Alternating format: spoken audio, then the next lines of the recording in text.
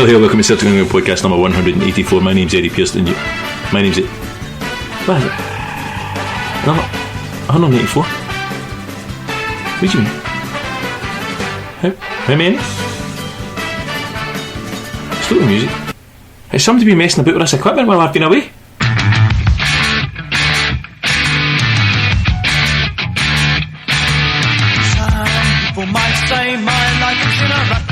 Right, I'm joined now. We've had a free transfer. The American transfer window is still open, and so from By the Min Celtic we have Lawrence Donegan. How are you doing, Lawrence? Hey, I'm doing great, pal. How are you? I'm excellent, thanks. And joining us today, we have somebody who I've got some special intro music for them.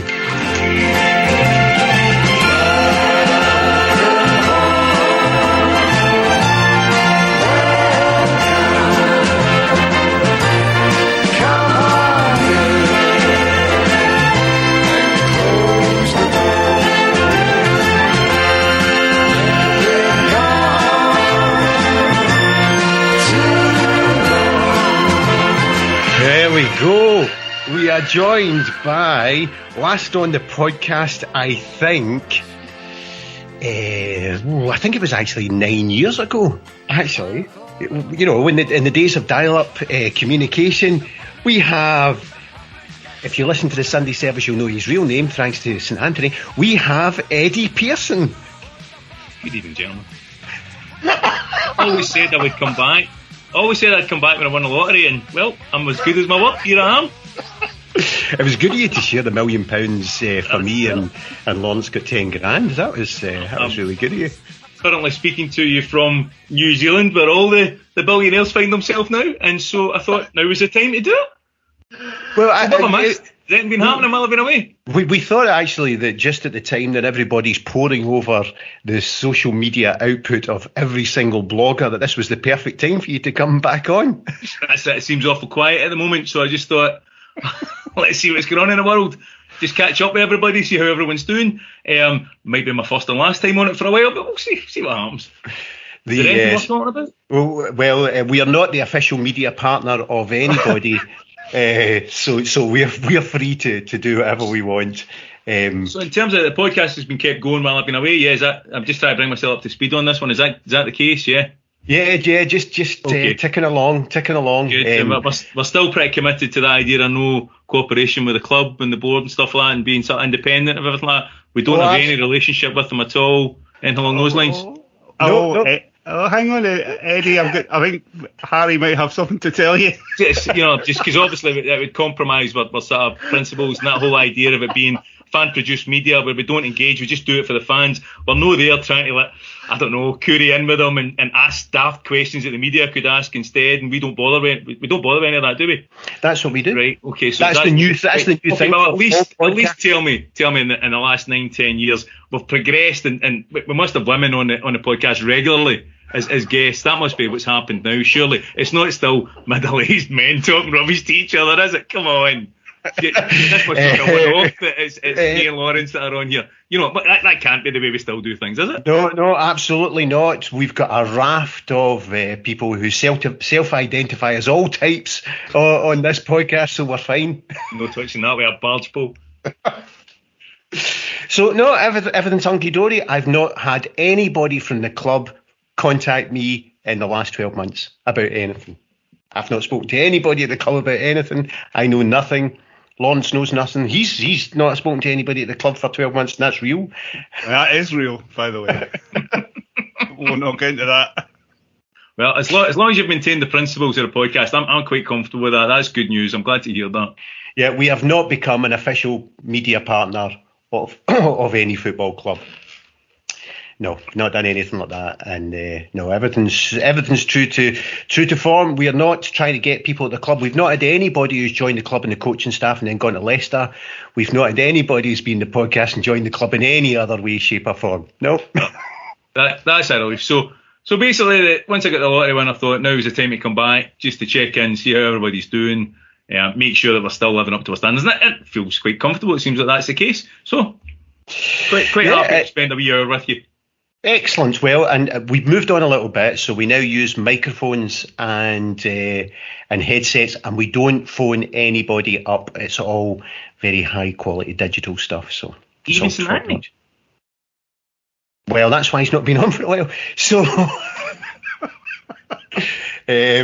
actually, can I interject there? So I was speaking to the Saint on Twitter the other day. He's feeling a lot better, I think. I think he had contrary to what you said on the podcast, it's quite a pretty bad bout with the old COVID, despite being double vaccinated. But the other day, pal. There you go, medical update. Yes, he is. He's although his wife's now not feeling so great, apparently. So it's not that it's just if you. I was going to say, wait till the game starts. It's going to be in right trouble. if you know it, oh God, you should be in a WhatsApp group with him when a game's going on. Oh wow! Honestly. And then after the game's finished, he tells you didn't say all the negative stuff he said during the game. So we progressed from middle-aged men talking about football to middle-aged men talking about the rail mates. Is that what the podcast has turned into now? I should have been listening to this a long time ago. This sounds great. As we say, we've moved on to it's the podcast for the middle-aged Celtic supporter who occasionally gets mildly irritated. That's our position. So, Lawrence, you've not been on our podcast since the Ange era. We've now had the first international break. So, what's your synopsis of Ange? I've been thinking about this a lot, actually. I guess I'd probably start from at the end. I'd probably give him a B.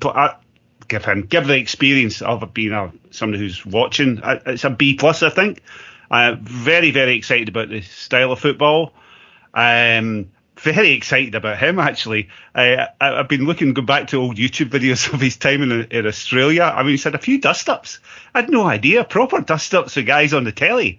There was a great one. He's the coach of the Aussie youth setup, and some boys saying he should stand down.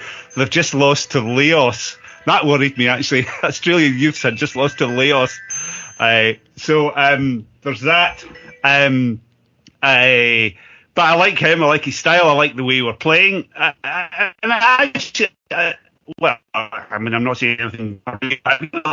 We appear to have an identity.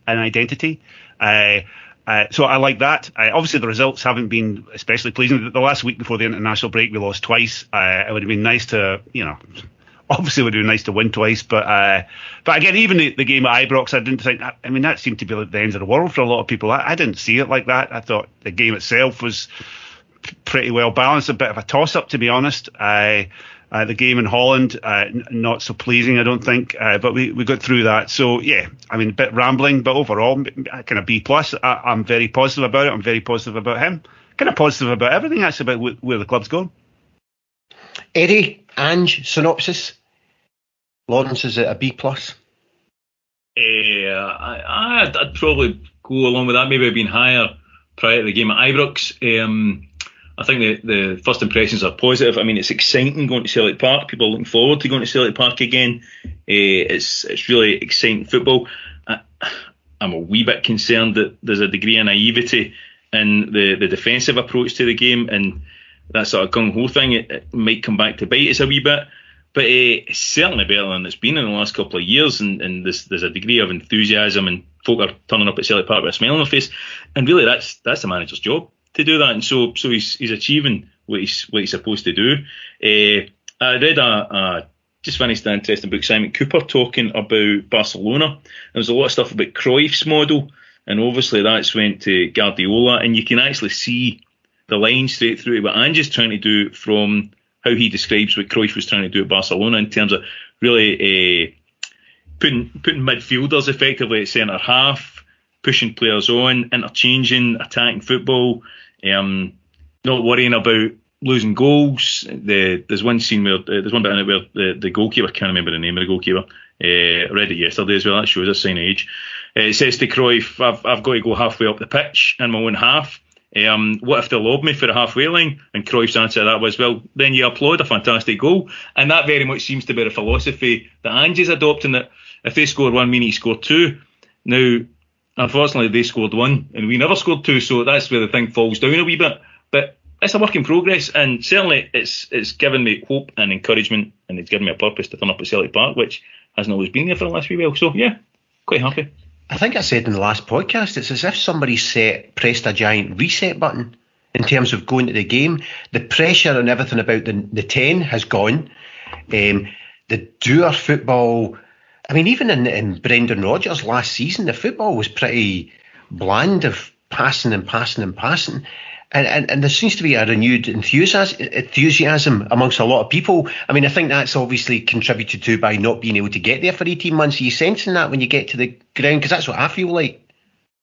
Very much so. I think you hit the nail on the head there about the pressure of the 10, and I think the pressure of the 10 was starting to tell in Rodgers last season, as well as certainly under Neil Lennon. And there was a period of real energy and enthusiasm in Lennon's Celtic. That wee period just before lockdown, we'd really found our groove, and it was great to watch. But I think the pressure of 10 just became too much. And whilst this isn't the way I wanted us to be released from it, maybe the release from it is allowing us to just go ahead and just play football and play with a bit of freedom and a bit of energy. And you can see it in the folk around you. The folk around you are enthusiastic and looking forward to come to see the Celtic. There isn't a sense of obligation. Now, that might be the fact that we're back in after a year of not having any football at all, but I think it's maybe the two factors have come together to make it something that's been different for, even as you say, even in Rodgers last season, there wasn't the same level of let's go and see the Celtic, let's have that enthusiasm, and it's great to have that back. Lawrence, we're going into Celtic Park, and for me, the experience of the last 18 months prior to that, or 15 months or so, was horrendous of watching Celtic on a computer screen. I could 10 seconds after switching the game off, I wouldn't have remembered anything that happened in the game. Is that just because I was watching a computer? Are you also sensing a thrill of watching the Celtic? Look, here's the game at Ibrox, it was 4 a.m. for me. I was up, my wife's lying in bed laughing at me. It's 3:15 and I'm up.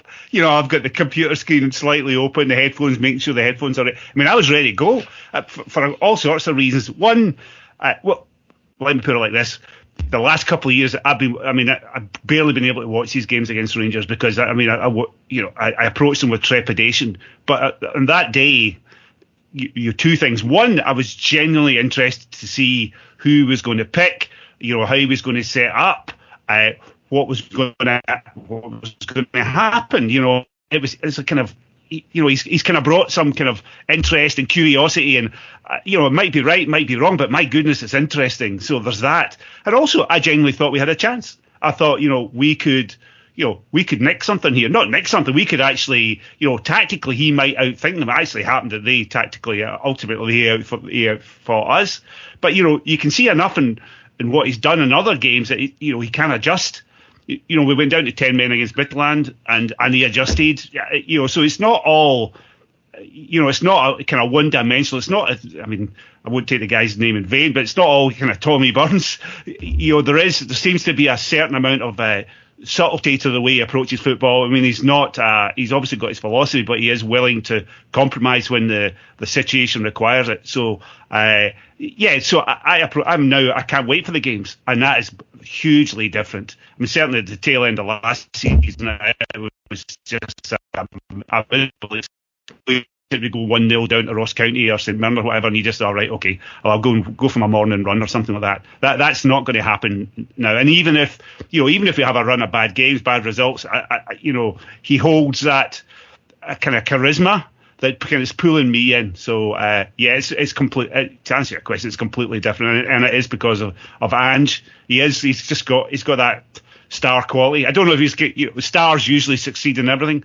I guess that's that's the main point of being a star, but he's certainly got the other part. He's got the charisma, that kind of intangible thing that makes you want to kind of see what he's up to, and what's he saying, and what's he going to do next, and oh my goodness, and that's great, that's terrible. So it's great. I love it. I'm back to being a massive Celtic fan.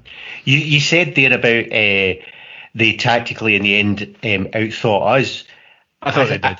I thought that was just down to the biggest problem that Ange had was a lack of options. I mean, he said he got the team choice wrong, but that was principally because he had Hobson's choice about playing Edouard or playing both Rogic and Turnbull.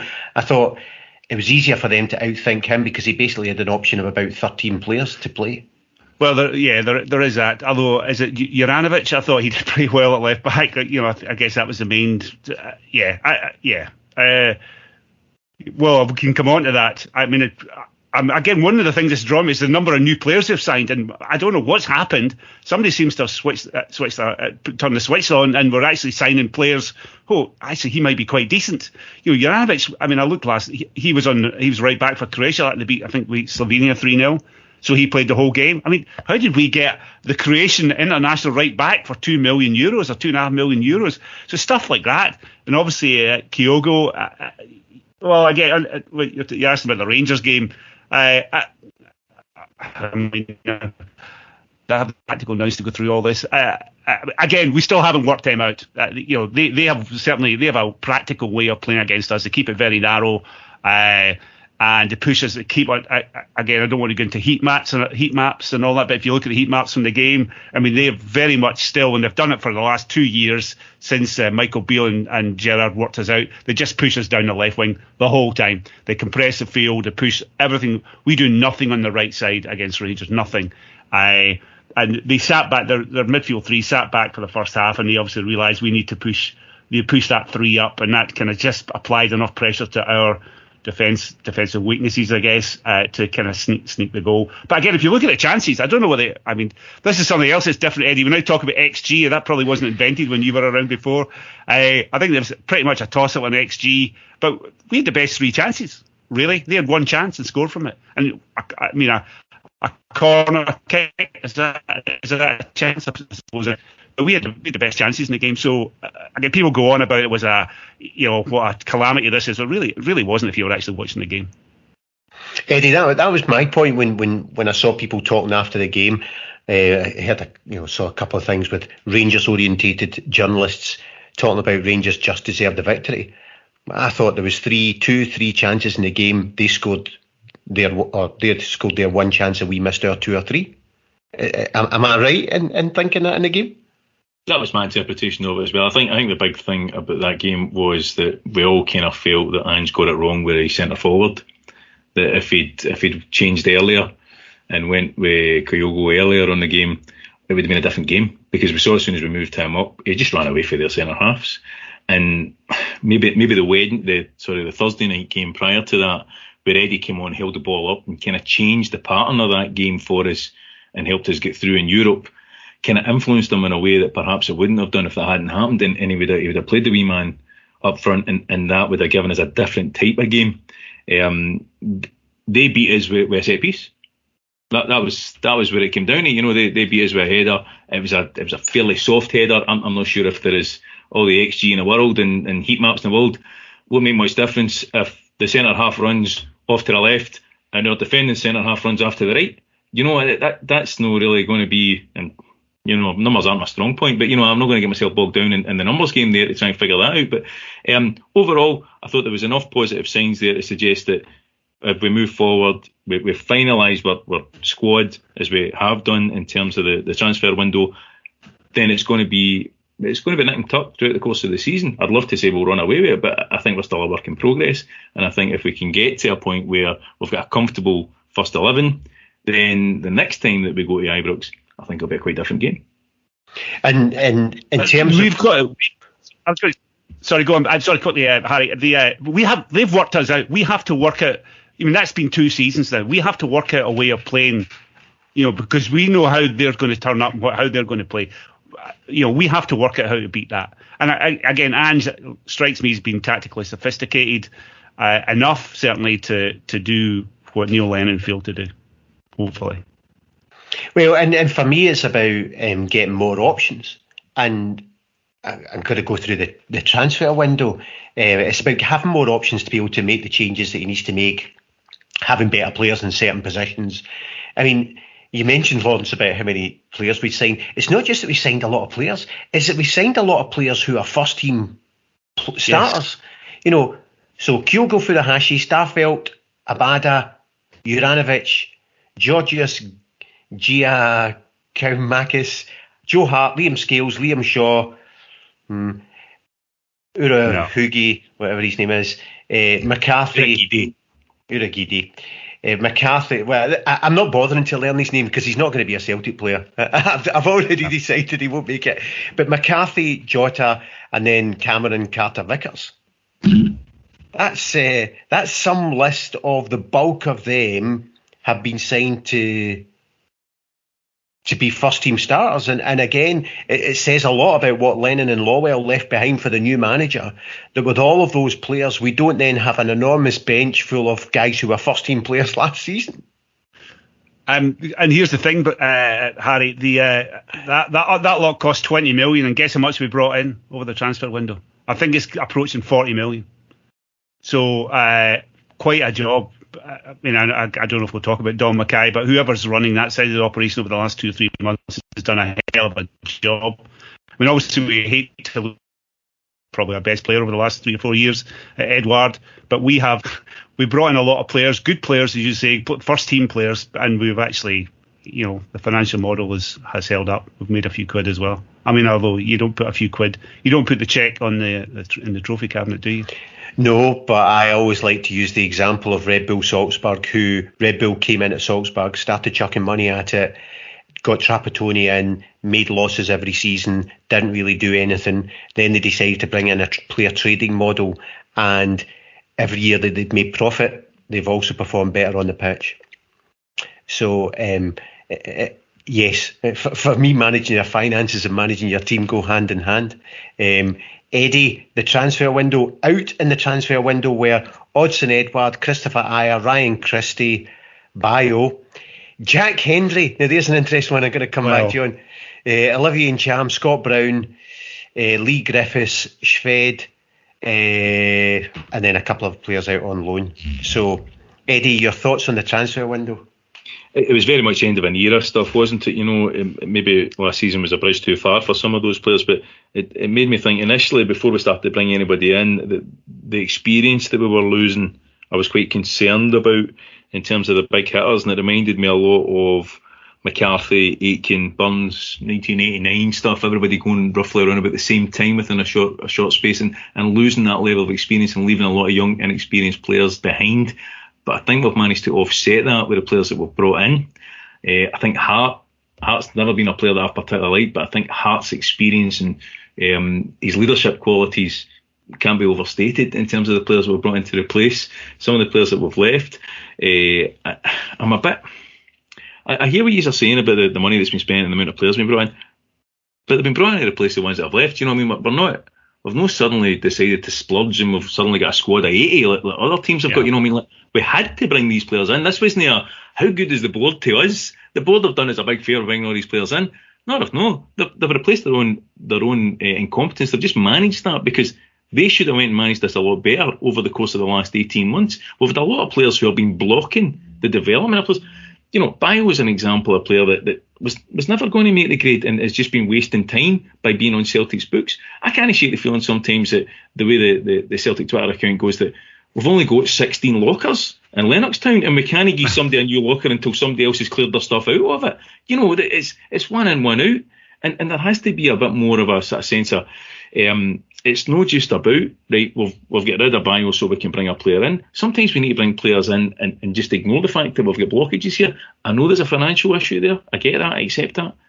But if there's a need at the club, the priority has to be the club, not just about the balance sheet. And I worry that sometimes that's still taking priority in terms of where we are. I sound as though I'm being very ungrateful. We've got what looks like an exciting collection of players come in, but I was excited this time last year when we brought a collection of players in, so I'm going to be a wee bit more hesitant in terms of my praise at the moment before I start letting myself over guys like Shane Duffy like I did last time. But the signs are positive. Let's just see what these guys do. I mean, we've effectively got a completely brand new back five, if you include the keeper. Could potentially be playing, but not all of them look as if they've hit the ground running just yet, so they'll take time to bed in. Come back to me in 6 months' time and I'll tell you what I think then. The only thing is, it's one transfer window. It sounds to me like you're asking, we need more bodies, but there's no point in bringing guys in just because they're a body. I don't know how many. Is it 12 players, Harry? I think it's 12 players. Yeah, right, 12 so players in. 12 players in one transfer window. The next transfer window opens in October, November, in 3 months' time. So I think 12 players is about as much as you can possibly do. A, because it's just physically impossible, financially impossible to bring in any more, and B, it's too much turnover is a real issue. If you look back at the history of football club, too much turnover and transfer. I agree with you. Inevitably, yeah. I agree with you, but my point would be there should have been a more gradual process here. The fact that we got to this point where we had the squad fall off a cliff edge and we had to bring players in for the B team in June and July when we're playing some of the most important games in our season, it's bad management. There's no two ways about it. Have we got to a point at the end of the transfer window where things are looking a bit positive? Absolutely, no going to disagree. But we should never have been in that situation in July. Well, but we didn't have a manager. And why didn't we have a manager? You can't put that down. Because Eddie Howe had agreed he was coming. It's nobody's fault, apart from Eddie Howe, that he bailed at the last minute. So, Mackay sitting in his office throwing darts at a dartboard, for players. I mean, there's no point, because why would he? He's bringing in players for a manager who doesn't know the identity of. So as soon as Ange came in, again, not ideal, but I don't think that's anybody's fault apart from Eddie Howe. As soon as Ange came in, we started signing players that Ange wanted by the looks of it. I mean, there's a couple. You look straight away, Liam Shaw was signed by Neil Lennon, who thought he was a great player apparently, and Ange just had one look at him and said, "Nah, not for me." So I hate to be cheerleader for the board or whatever, or Don Mackay. It's against my natural instincts, but not a bad job. And there's another transfer window open in 2 or 3 months' time. That we are, by the way, hat tip out to the Huddle Breakdown podcast. I listened to it this morning. If you're looking to get depressed, it's perfect for you. We have got severe shortages, and they point out rightly, we've got severe shortages in certain spots. You're right about that, Eddie. My sort of gut feel on it is there's two ways to look at it. There is the negative way to look at it, and I'm not criticising the negative way, and that is to criticise the myopia of the club in focusing on achieving the 14 months ago. You're not criticising the negative way, but you are calling it the negative way. But okay, right, carry on. No, what I mean is like because you know how the word negative is such a positive term. Okay, but carry on. Right, so the way that they did it 14 months ago and focusing on the 10 meant that for the last 6 months we've known that everything was going to fall off a cliff at the end of May, beginning of June, right? Everything was falling off a cliff because we had too many players on loan, too many players whose contracts were finishing, too many players who didn't want to be there, and since January we've had no manager and head of recruitment, right? That's the negative bit of it. The positive side of it is, and I've known for 6 months that all of that shite was happening.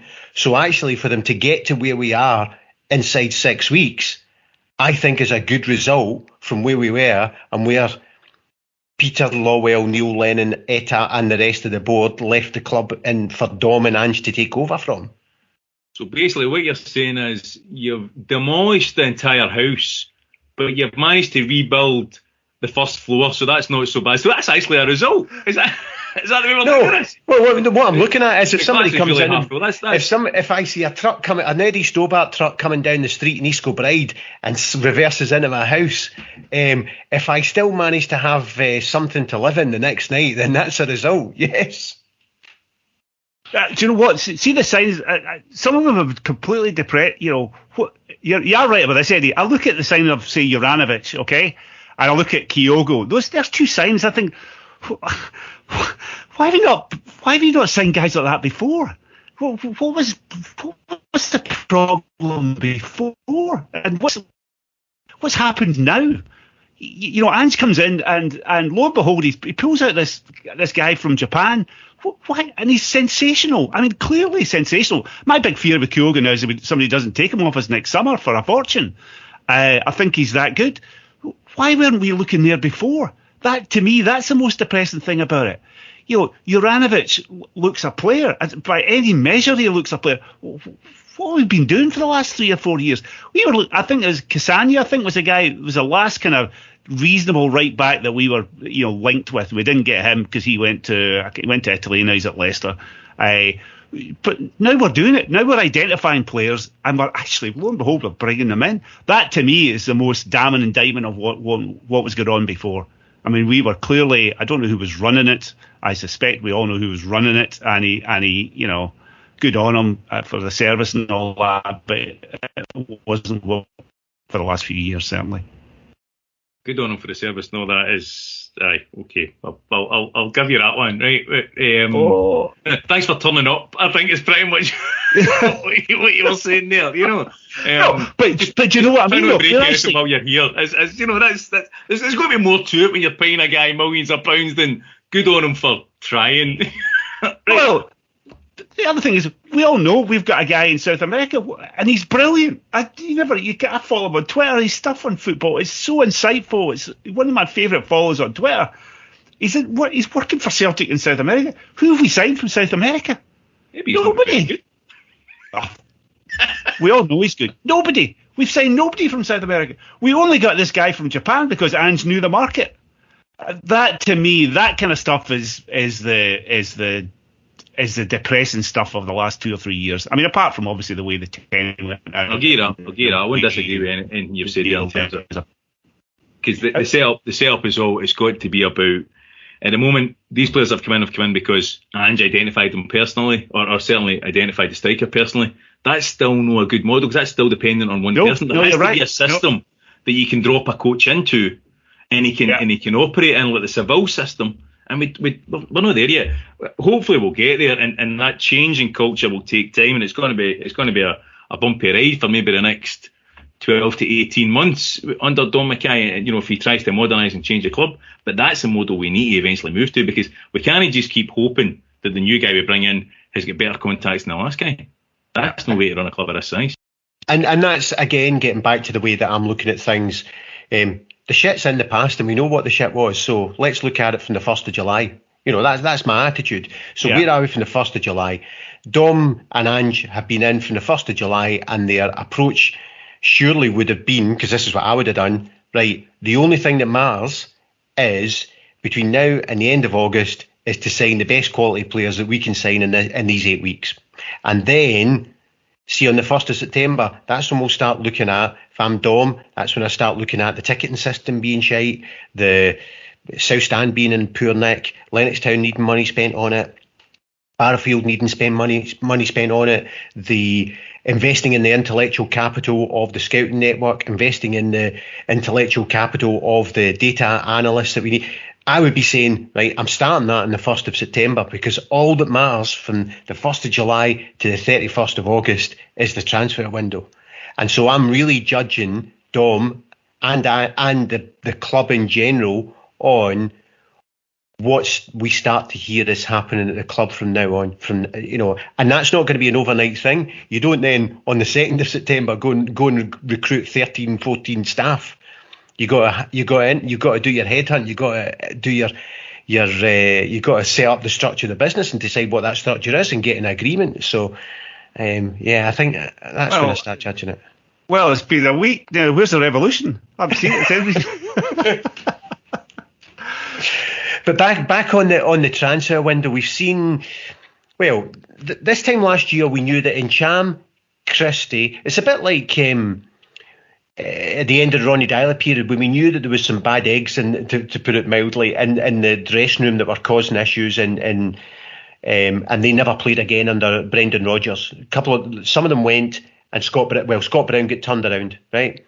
And so this time last year, we knew that Incham, Christie, Edward and Ayer didn't want to be at the club, and Neil Lennon pretty much said that was part of the problem, that they were there, and all four have gone. So one of them's Edward. So Lawrence, who is? I'll ask actually Eddie. I'm going to ask you first. Who is the best striker at Celtic since Henrik? Now that Edward's gone. So, do you mean not including Eddie, or do you mean including Eddie? No, including Eddie. Including Eddie. How would you rank the top 3 strikers since Henrik at Celtic? Right. So, I would say Dembele. I'd probably say Hooper. I liked Vennegoor Hesselink, but probably wouldn't make it into the top 3. Eddie seems a logical one, but unfortunately the curse of recentism makes you look at him and think, I may have scored those goals, but he didn't really put the effort in and scored as many as he could have. But I think you've got to put him up there. Certainly one of the best. There was a wee spell when Griffiths was playing Larsson-esque football, and none of his. I was looking up that spell. There was one season he scored 40 goals. Yeah, all the Liberals amongst us would it pains us to admit it, but there was a spell where Griffiths was just on fire. Unfortunately, I think that was his best spell and pretty much his swan song for the club. But if I had to pick three, I would go in no particular order. Well, it is a particular order because Dembele came into my head first, so it must be a particular order. Dembele's the best, then probably Eddie, then Hooper. But your point there about Eddie and your recentism having an impact on him, that's also having an impact on Dembele, because my recollection of Dembele is he couldn't be asked in his second season either. He missed games when you thought he can't be injured this long. I know, but have you seen him on Twitter? He pure loves the Celtic. Well, so that's exactly what I was thinking. You're dead right. Yeah, that's it. You could tell that's it. But I think he fought. I think the last third of that second season, he wasn't speaking to Rodgers, wasn't he? So he was. Yeah, so yeah, but that first season, I'm just looking at it, 55 appearances, 26 goals. Yeah, actually, I look out for him. He was at Atleti, didn't really get a game last year, and he's back at Lyon. I think he scored a couple of goals in the first league game or something like that. But I was looking at the French team. That's something in amongst this. You're looking at notes. No, I'm not. Before the podcast. No. Is that how this works? No. Is there a sign this is before you let talk? I'm just making this up as I go along. I don't know if I think any of this. You're using facts. When Harry's talking, I don't listen. I just go on Wikipedia. So, but I was looking at the French team last night. He doesn't even get in the squad. How good must they? They must have some players, but he's not even getting a sniff. I've heard they do have some players.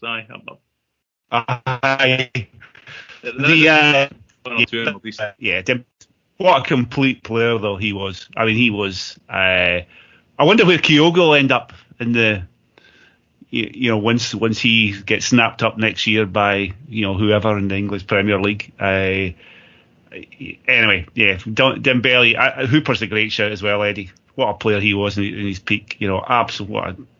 Probably. I mean, I'm more.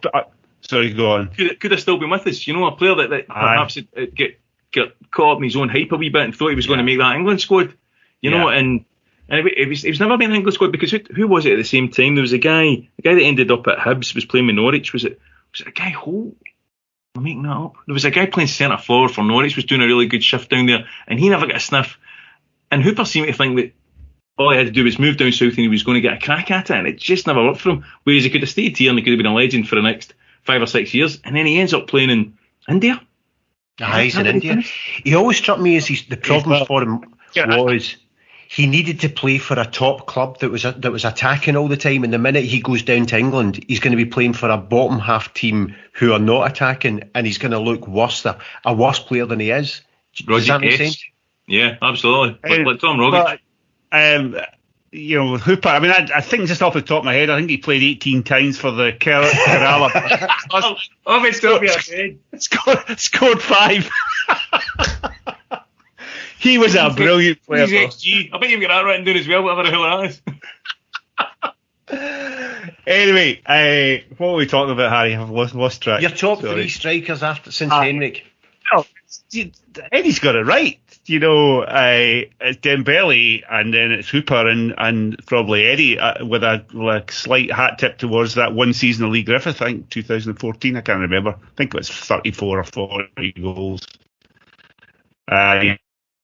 Interesting to see how he does at Dundee. See, on the transfer window, the one that's driving me nuts, and your pal Juco James was going on about it, the Jack Henry from Ostend, I think it's Club Bruges, for 6.5 million. We had to sell him to Ostend because of the loan to buy deal for 1.5, and they turned him round in about 4 weeks and made a 5 million profit. I mean, that's embarrassing for whoever was running the transfer side of the club.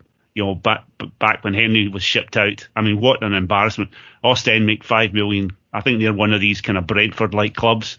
They made a 5 million profit on him in a couple of months. Embarrassing for us. I mean, we are a trading club. We're just not very good at it. Well, I mean, that's absolutely a trading club. I mean, that is brutal. I mean, I guess you're allowed one mistake every once in a while, but that That is absolutely cataclysmic stuff. I heard a guy tell me that the guy who was in charge of that came in and did his best, so. I had a conversation. I heard a guy in a podcast saying that once. I had a conversation with someone at Celtic who, and I pointed out how they weren't very good at player trading. They turned around to me and said, "But we're better than Rangers." And my response was, in the land of the blind, the one-eyed man is king. Just because the rest of Scottish football shit at player trading doesn't make it. But the thing is, Eddie, Jack Hendry, is there any Celtic fan that when Jack Hendry left to Ostend didn't sit there and go, "Oh well, he was never going to play for us anyway"? That was my thoughts on it. That idea of we cannot let Hendry go for less than £8 million. It's like, what? You've been drinking? Are you kidding me? I remember that game at Firhill where he played against Thistle and he ran into the centre circle. I think it was a cup tie. And he ran into the centre circle and then he ran away from the ball and he ran in a circle around. And you thought, my boy must have been about 8 at that point. I can't remember exactly. It must have been about 3-4 years ago. And he turned and went, he doesn't know what he's doing. And if he could see that, I would never have thought that guy would move for any sort of money. I watched him back and play last night for Scotland and it looked good enough for Scotland. There's damning with faint praise if ever you heard it, but I was quite pleased when we signed him, to be honest, because looking at him when he was at Dundee, I thought, he was a physical type that I like. He's tall and athletic. It's hard to judge in that pitch at Dens Park whenever you see him, which is the only time we ever saw him. But I thought he didn't play well for us. It takes a period of adjustment. We're impatient, but it doesn't surprise me. No, that's a bullshit in there. It's obviously slightly. It's slightly. It's slightly. An £8 million player in there when he was running a bit like he was. Well, 6.5. But yeah, as I say, I liked him as a physical type. I thought he looked very, very athletic, and not in a kind of Scott McKenna type way. Who's just a big lump, but quite athletic. Henry looked like the archetypal modern centre-half, a bit like Benkovic. Remember Benkovic? I don't know where he's playing now. But he wanted him because he thought he was pacey, didn't he? He wanted because he thought he was quick. The thing that bugged me about bringing him in was, I'm sure Dundee picked him up for nothing 6 months before we paid 1.5 for him, something like that. But that happens a lot. Look at Jamie Vardy knocking around the lower leagues, and 6 months before he was available for nothing. I get the point that you have to see him in action and stuff like that. But 6 months before he was available for nothing, and we paid £1.5 million for him. I'm making these figures up for dramatic effect. I'm not sure if it was £1.5 million. It might have been. I think it was about 800 grand, if I remember. No, right. I think it was over £1 million. Is it that he's a player, but the issue was being at Celtic was just too big a club for him? Is that the issue? Or is he just... Well, he certainly must have been at the time, because that was a big game last night and he looked absolute quality, for Scotland. So, yeah, but I guess we don't have 3 or 4 years to sit and watch him kind of sort out his issues. We didn't have, at Celtic, we didn't have that kind of time. But I always thought there was a slight player in there. But anyway, my point being, even when we punted him to Ostend, somebody should have been a bit more switched on, but they weren't, and therefore we lost £5 million. But that is the thing that's getting me. If he's got surely there must have been an ability to recall from the loan that we had him out on, right? So if he's... The thing that I was thinking, if he was putting in the performances at Ostend that had somebody looking at him for £6 to £8 million, surely we would have been getting that information and that data through. And when we were utter shit last season defensively at the back, somebody would have said, "Let's recall Jack Hendry because actually he's putting in the performances." You would have thought that would have been going on, Eddie. Do you not think something like that? Have you not been paying attention over the last 10 years? I've been stuck in a cave, and even I know that nobody at the club is applying that level of logic and analysis to any of our decision making, even though they are doing their best, and fair play to them. There's absolutely no chance that we're that organised. See, the fact that we even said that there's a set price that they can buy him for. instead of, like, this will be the price but we could still been able to knock it back if we'd wanted. We didn't appear to be able to do that. But then there is also the sense that, see if I said to you when he went out, we can get Jack Kenny off the books for 1.5 million, 2 million, whatever it was. We'd have said aye. And at the end of the day, we've lost money on it. But nobody wanted Jack Kenny at the club anymore. It was part of an era that we just went, right, clean it all out, start again. And yes, It cost us money. And yes, we looked a bit silly. But as you said, see when we sold him, first of all, there was all the talk that he was going to get sold straight on again. But we went, aye, right, great, see you, Jack. Right, best of luck, on to the next one. And whatever he does subsequently, good luck to him. But I'm not giving him monkeys. It's not lost to the club. The club was too big for him. You're right. The performances, he obviously, as a Celtic supporter, he wanted to do well, and it just overawed him. And it might have been he maybe able to come back, having grown up a wee bit abroad, Australia, Belgium. It might have been he'd have been able to come back and been able to cope better. But the pressure of playing for Celtic during that particular time, he couldn't do it. Which is no criticism of him, because hundreds of players couldn't do it. None of them could do it last year. But it's time to move on, and it's time to look at somebody different. And if it has cost us a few quid, and if we'd been a bit flyer or a bit better in the transfer window, we could have got more, then I can see that, but I'm not going to cry over spilt milk on that one. Talking to players who turn themselves around, here's another one for Lawrence. Yeah. Anthony Ralston. Is he just having a purple patch of 6 or 7 really good games, and we should focus on getting the Croatian right back in, or do we continue to play the Croatian right back at left back and keep Anthony Ralston in the team? Well, you remember when Rodgers came in? I remember having this discussion with somebody at Celtic about it, and Rodgers really fancied him. They thought, God Almighty, this is a proper player. He looks as if he's lost a little. He looks a little bit leaner. I don't know if he's lost weight, but he certainly looks leaner now than he did in that first, when Rodgers first got his hands on him. But then, obviously you're not seeing him at training, but close on. I remember seeing him play with United. I think Dundee in the Championship, and there was a playoff game, and he was playing. And I swear to God, he looked. I couldn't believe what happened to him. Remember that kid? Was it Calvin Miller, the left back? Yeah. He went to. I remember watching a Dundee game just to see what. And he had done. But Ralston looked worse. It looked like he couldn't complete a 5-yard pass. My point being that there was clearly Brendan Rodgers came in, saw a player in there, something got lost. Who knows? I've heard stories, but you never know. So, but he's come back. I don't know what's happened. It's maybe and you see when you're 20, 21, 22, and you're out one night, you're at uni, you're up the QMU or whatever, you're absolutely smashed, you're throwing up all over yourself, and you get up the next morning, you're sick on the bus going home, and then you get home and you go, you know what, maybe it's time to screw the nut. And I'm not saying that's what happened with Anthony Ralston, but it's something that appears to have happened to him over the summer. He's decided, or something's clicked. He looks a player. How can you drop him? How could you go and say to that guy, well, Anthony, you've been our best player. We've played 10 games. You've been our best player in 6 of the 10 games or whatever. But I'm going to sit you this week. I mean, obviously he's going to have to, be arrested like everybody else. But it's been phenomenal. It's heartening. It's like getting cliche alert, getting a new player. And I would play Juranovic at left back. I mean, why not? Natural inversion, I think it would be called. And I thought he did pretty well against the other mob. So I mean, just brilliant and good on him. And it's a product of the youth system. So not actually, the youth system's done pretty well, to be honest, over the years. So he's another one. Hopefully he can keep it going.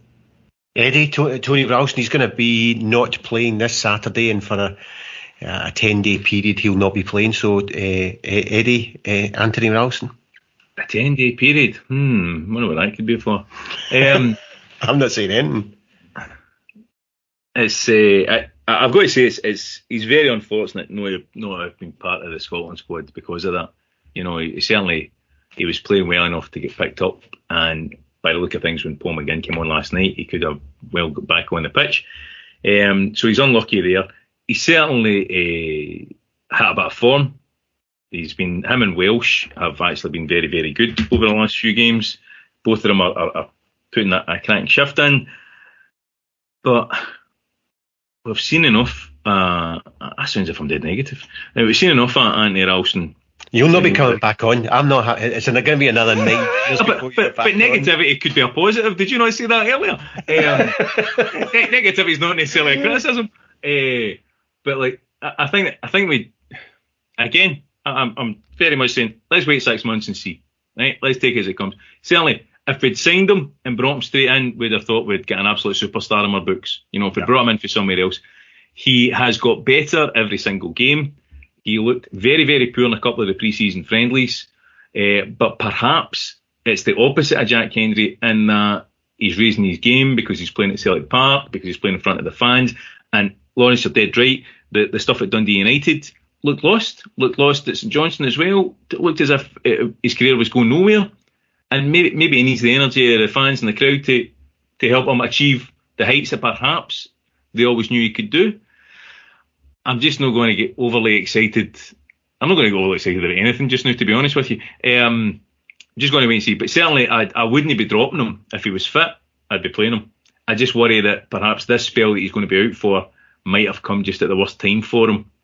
And I think perhaps his momentum was carrying him through 1 or 2 games. And I'll be interested to see if he can restart when he comes back into the team, whether he goes straight back in against a Croatian right back who was man of the match in one of his international games.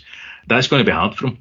Hopefully he can do it, because there's nothing better than seeing a guy come through the reserves and come through the academy, as it is known as now, Darren Reserves, and make it in the first team. You know, it's great to see 4 players on the pitch that have all been brought through the ranks. You know, that's what you want. That's the ideal. You want a team of 11 like that. So if Ralston can do it, I'll be delighted. I'm just going to hang fire on going mental about him the way like Dominic Diamond is going just now and wanting to have his love child and stuff like that. You know what I mean? He's doing well, but let's wait and see. Let's not put too much pressure on him. Well, the only thing is, I think he's playing at such a level, it just doesn't look to me like a fluke, like a kind of purple patch. It's you know, you can have average player can have a really good couple of months, but he is more than really good. He's a proper athlete. The other thing I like about him, he's still a bit of a unit. I think we're quite small defensively, and you know, right back, you know, he's a decent size, which I really like. Anyway, I hope he hangs around. We are lacking height at the back, and I think there's definitely an issue there, and I think that could be something that we need to think about. I just think in terms of the way that it looks like we want to play, in terms of that idea of inverted fullbacks stepping into midfield and being auxiliary midfielders, I'm not sure Ralston or Taylor are able to do that. You know, they're not brought up to be those type of fullbacks. I think we've got 2 fullbacks who have been trained to look in front of them, or to look to the left, or on the left back to look to the right. You know, and be aware of the right angles on the pitch, rather than coming in and being creative or providing an option in that midfield. If Ange can turn them both into players that can do that, then fantastic. I'm just a wee bit hesitant about whether we can get Tony Ralston to do the job of a fullback that Ange wants a fullback to do. Well, Ralston's a better bet than Taylor for that. That's for sure. No question. I think he's scored twice already, hasn't he? This year?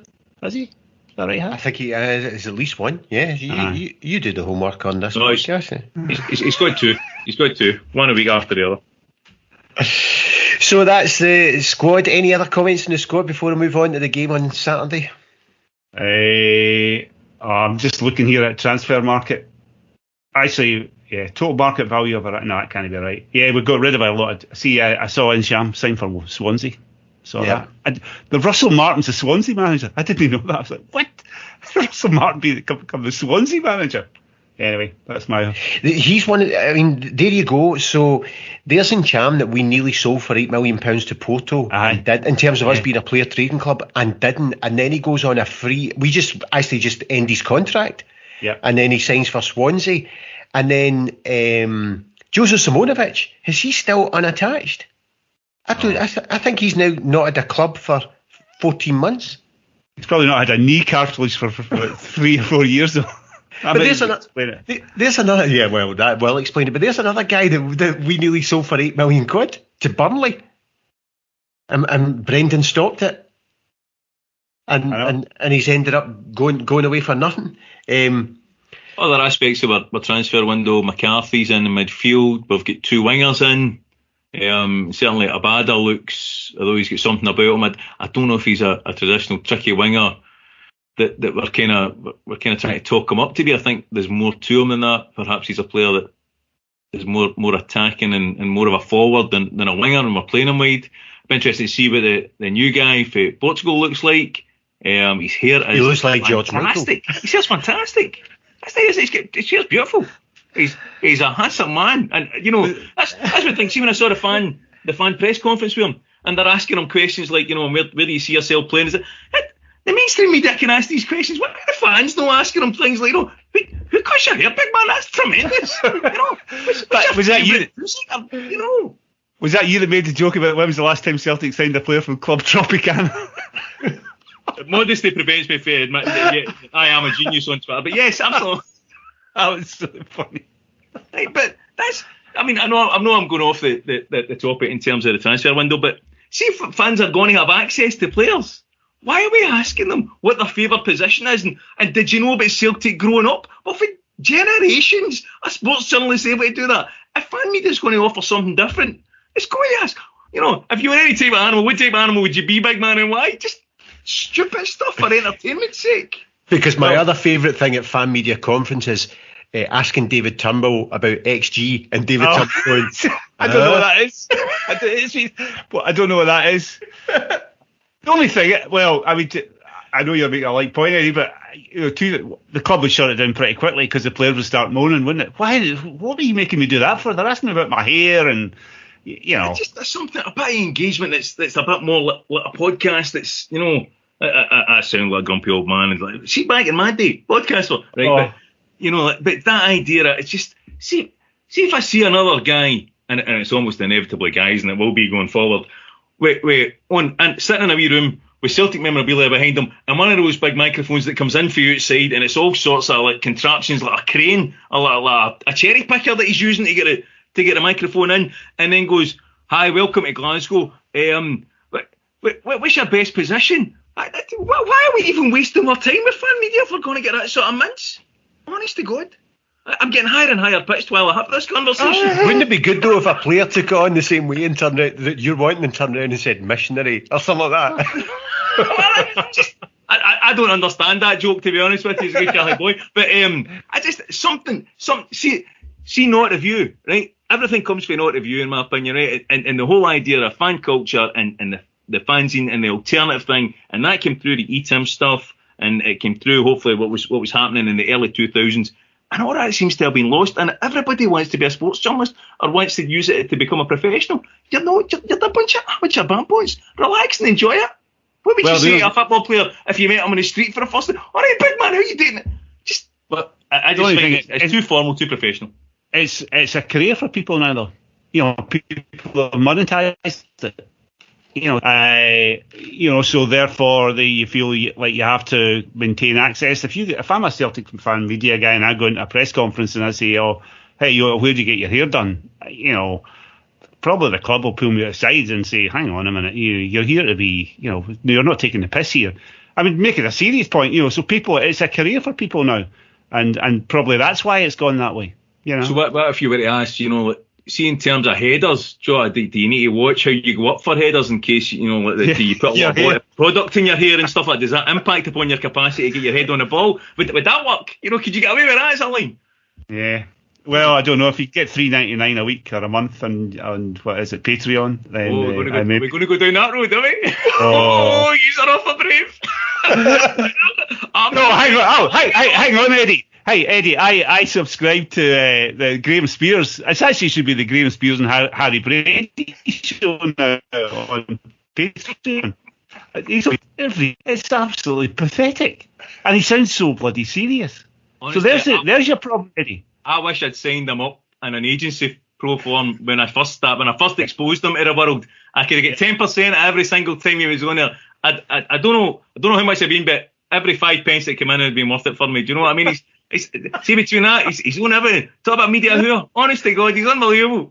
Yeah, I know. Paul Kay, he's on. I mean, obviously that's a fair few quid as well coming in. So I will talk to you about that off air. that's what people want to hear. They don't want to hear us talking about, what do you think of this saying, that saying? It's the same rubbish they hear in the pub all the time. They want some of that gossip. Name drop. Yeah. But you're bringing up the points that I wrote a piece on our site about.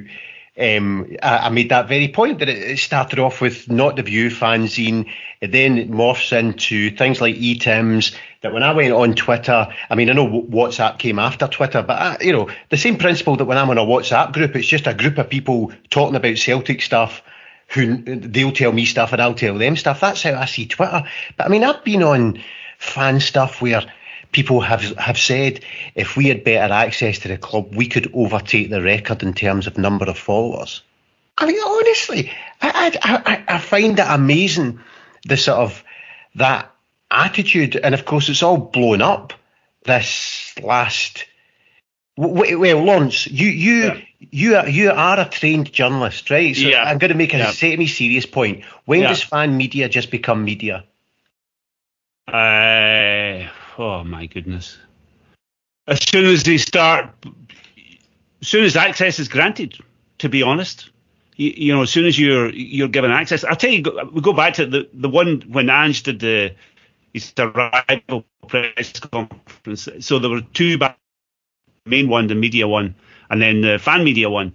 And the fan media one got bad because of the first question. But see if you cut that question out and you listen to the fan media one was actually better. It was meatier and it was more substantial.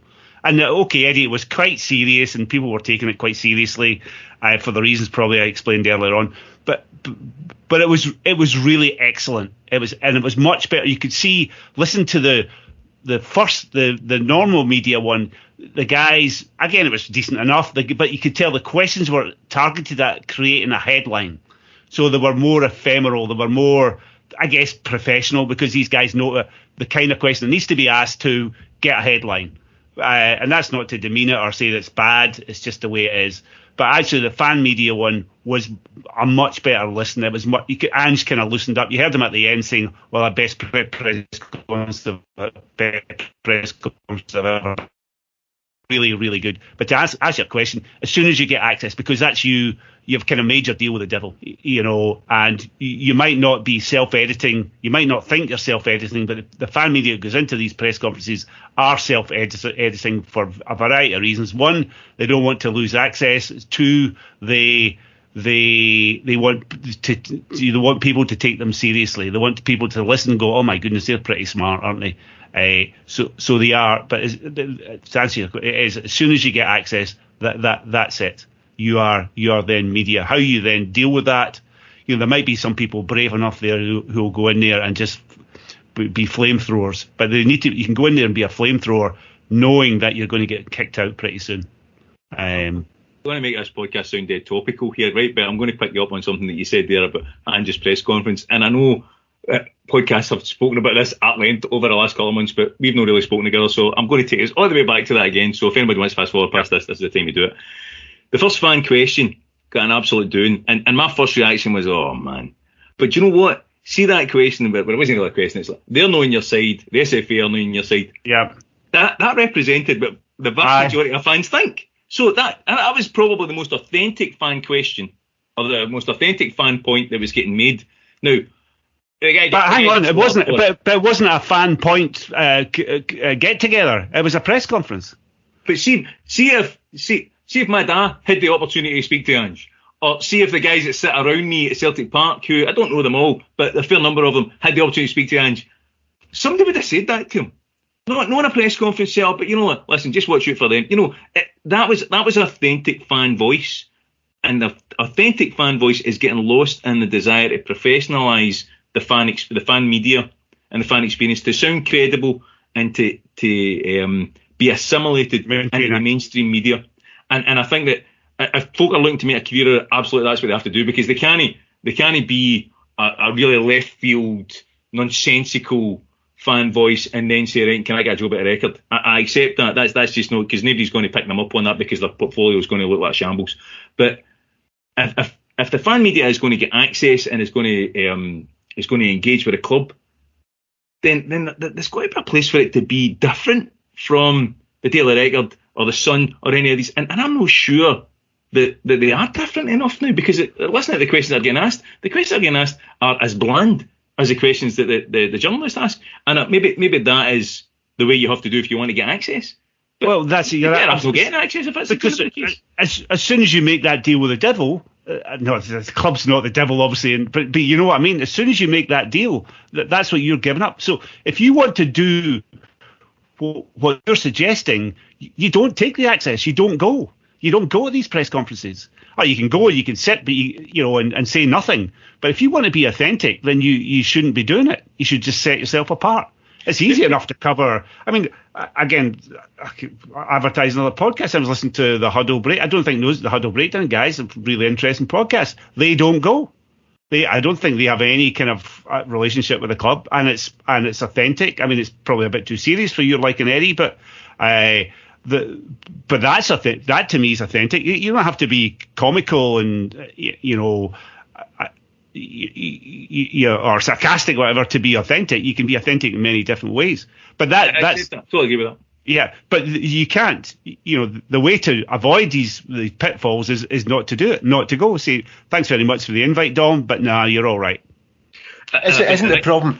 Isn't the problem part of it is getting back to your point, Lawrence, about the first couple of questions or the questions in the fan media conference to Ange. So one of the things I noticed, because I was in the room that day and I'd done a bit, the amount of people who had patently read up on Ange, had read a bit of his biography. The football journalists were asking, as you say, it was, we know about Scottish football, what do you know, type questions. Whereas the fans were asking questions about Dom based on, I've read a bit about you, I've watched some YouTube interviews with you, so I'm informed about you. But the problem is, the problem then becomes when you go on the treadmill of going to these press conferences all the time. How do you keep it fresh? And right, Eddie, you made the point about being jokey and not the view being a jokey thing. And but some fans will have genuine, really technical, we take the piss out of the XG type questions, but some fans, that's a big thing for them, and they'll ask those questions. But it starts to become a bit bland when you've got that 5-minute slot to go into the interview. And isn't the problem just how can you be unique and different once you're on that treadmill of 60 games in a season, getting a 15-minute slot where some fans ask some questions, they all end up being banal questions? Am I being harsh and saying actually you can't reinvent the wheel? It is what it is. I don't know. I watched quite a lot of these press conferences during the last, when they were all online with Neil Lennon, and there was a few podcast guys and girls, women, who asked really good questions, right? And you could see Lennon was bristling. He took some kind of implication from, a question about tactics, and you could just see him bristling. I mean, classic, not to pick on Neil Lennon. Again, any guy who spent an entire life in football would probably resent, doing and have to answer about tactics to somebody who has never played the game or, this person. So it's hard, you kind of, speaking as a journalist, you go keep going into press conferences and guys treat you like with contempt and dismiss your questions or whatever.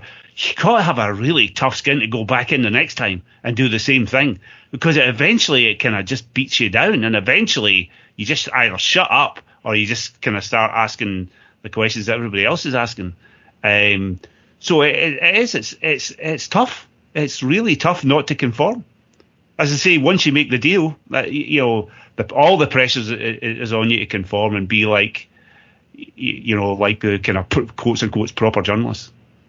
I don't disagree with you in your saying, Lawrence, and I think that what you're saying as well, Brian, eventually it becomes part of the process, and you run out of things to say to make it different. The one thing I'd pick you up on, though, Harry, was that you went and said there that the questions perhaps looked as if they had a bit more depth. I'd say that's a wee bit harsh. I wouldn't often compliment and praise mainstream journalists, but I think it's a wee bit harsh on some of the mainstream journalists who had done their research as well and had done the reading. Not all of them, but enough of them did. Some of them are taking the job seriously and doing it in a professional manner. And I'm just putting that wee rider onto the back of what you were saying there, because I don't think that was really what you meant. No, it's not, and you know, I mean, actually, I've got a mate who's a Rangers fan who's been having a go. I'm in a WhatsApp group with him. He's been having a go at me about my defence of the Scottish media, and he was saying, for years you've criticised the Scottish media. Yeah, but it's like all these things, through doing these podcasts and stuff, I have got to know, as you know, we superficially as fans berate the whole and group everybody together and group Keith Jackson, Graham Spears, Stephen McGowan all in the same group, when patently there's a massive difference between the quality of what they do. Tom English, Graham Spears, Steve McGowan and Keith Jackson. This is why I told you time and time again, you should never get close to the enemy, because you start to see them as human beings and it compromises you. I told you this a decade ago and you never bloody listened, and look at you now. Yeah, media whore. Yeah, but actually, you know, I've had Tom English in the podcast and my opinion of him hasn't changed. Still a dick. Your words.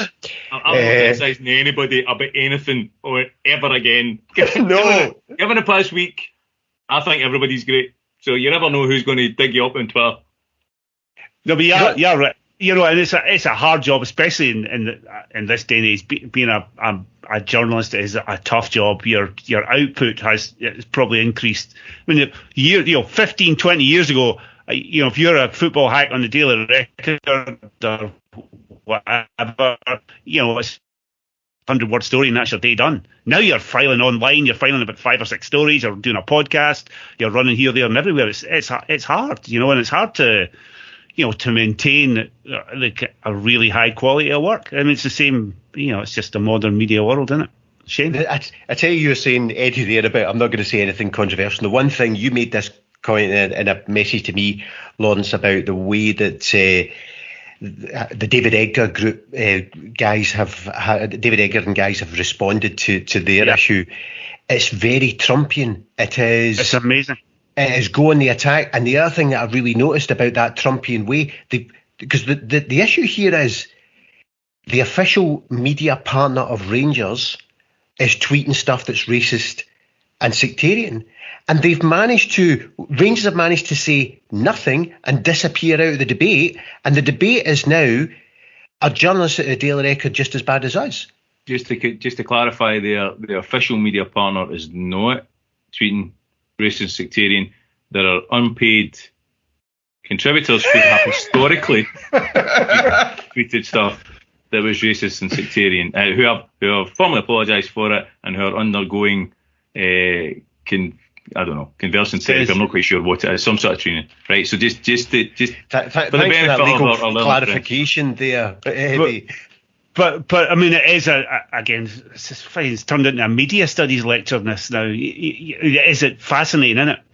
You know, if it's the honesty. I doubt it'll be anybody else, but we're enjoying it. That's what it matters. Yeah, no, but it is you know, how do you handle that? You know, the traditional way is, right, I'm Mr. Heart and Hand. I wake up in the morning, I go, oh, Jesus fucking Christ, there's a fucking firestorm here. Okay, hands up, apologise. We'll all go through whatever. I'll get 5 Rangers will fire us. That's fine. You know, we've thoroughly just got up and just went to get the flamethrower out and went straight back at. And here we are a week later. I don't know what their Patreon is. I don't know, 1,500 new subscribers. They're still with Rangers media partner, and the Daily Record's issuing apologies for the historical tweets by their own journalists. I mean, so the point is, all the rules are broken. Nothing works anymore. Nothing works the way we ever thought it worked. Not media, not fan media, not apologies, nothing. All the rules are broken, and it's a complete free for all. And, you know, maybe it'll settle down in 3 or 4 years, but right now it's just an absolute, you know, I don't know what to make of it. The Heart and Hand thing, I cannot believe that this is what the outcome has been. You know, not because I think they should have been punished this way or that way. Just in terms of, if you look at this as a media, I cannot believe how this has turned out. And I can only think it's a function of the post-Trumpian age and how Trump broke all the rules and reset the rules for everybody. Because you see it in all facets of life. Nobody seems to apologise for anything anymore. No, I mean, even in the politics of this country, you're seeing journalists now saying, yes, I know Boris Johnson's has lied, and I know Boris Johnson's broken his rule, but you know what?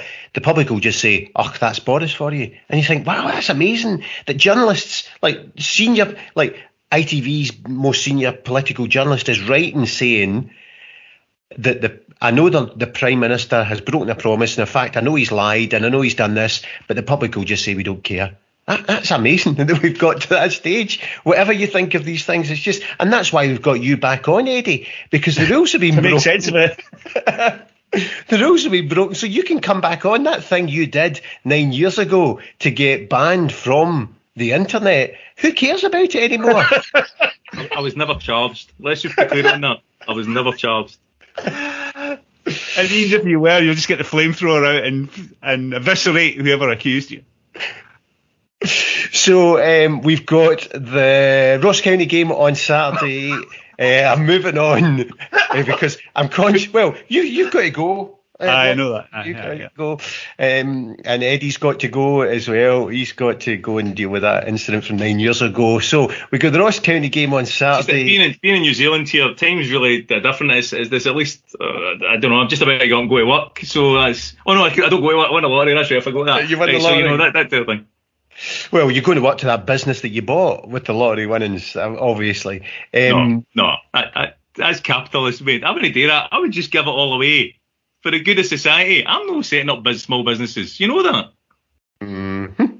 So we've got the Ross County game on Saturday. Eddie, what's the score going to be? What's the team going to be with all these 50,000 new signings? What's the team going to be? What's the score going to be? Ideal world, we start with Hart. We bring the Croatian in at right back. We give Scales a run at left back. Now, centre half is the interesting thing. Which one of the two of them drops out for the new guy from Spurs? I would argue that Welsh has played better and deserves to start ahead of Starfelt. Into midfield, I'd like to think we would be able to have McCarthy in, but maybe that might be wishful thinking. Obviously, McGregor, who is just a Rolls Royce, a football player, and should play every single time we get a chance to have him on the pitch. I would maybe start Rogic and swap him with Turnbull as the game progressed. I'm not sure about playing the two of them together.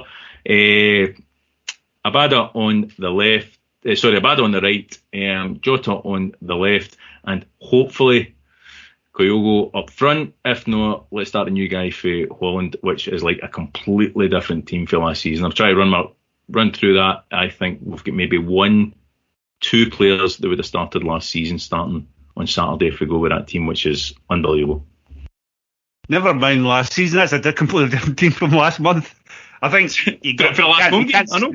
You can't sign Starfelt and not play him for $4.5 million. Carter Vickers should come in if he's fit and ready. I would imagine Walsh will drop out. Again, there's a big debate about, McCarthy comes in. Who's creating for, the thing of the genius of McGregor is he takes the ball from the defenders and then he provides cover defensively a little bit, but then he's also who's creating is that the kind of famed number 6 position. McCarthy isn't really like that, is he? The speed and ingenuity that McGregor does and that Ange probably. So it's going to be and that's maybe for the next transfer window. We need somebody in that position, somebody who can create from that role in front of the back four. And McGregor does it. I don't think McCarthy does it.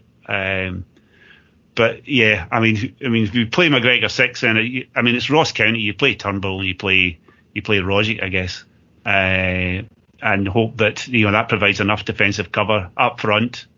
Take your pick. Hopefully Kyogo isn't. I don't know if you've seen anything about that, Eddie, about his injury. I know he limped off after whatever it is, half an hour or an hour. I don't know if he's going to be look there to see, but there's nothing about whether he's going to make it on Saturday or not at the moment. It's just some stuff about some stuff that the record have put up about it's the same problem that happened to him before or something like that. But I didn't read it in any detail. But no confirmation that he's available or not.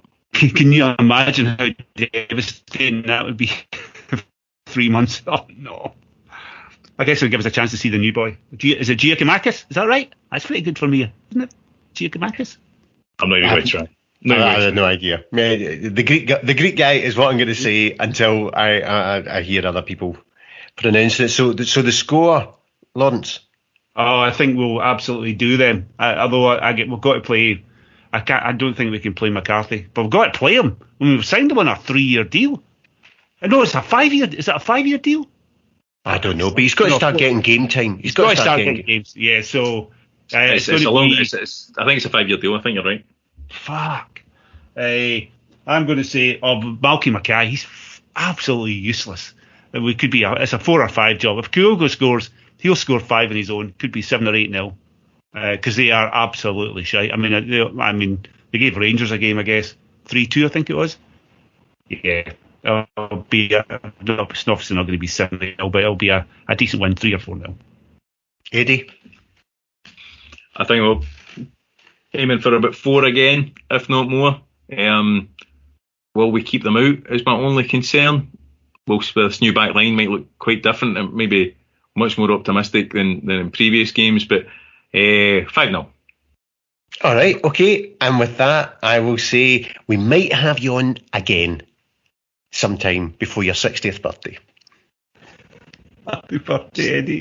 I'm Halley's Comet. I come round once every 10 years. Right, thanks very much. Cheers. Thanks, Lawrence. All the best. Enjoyed that.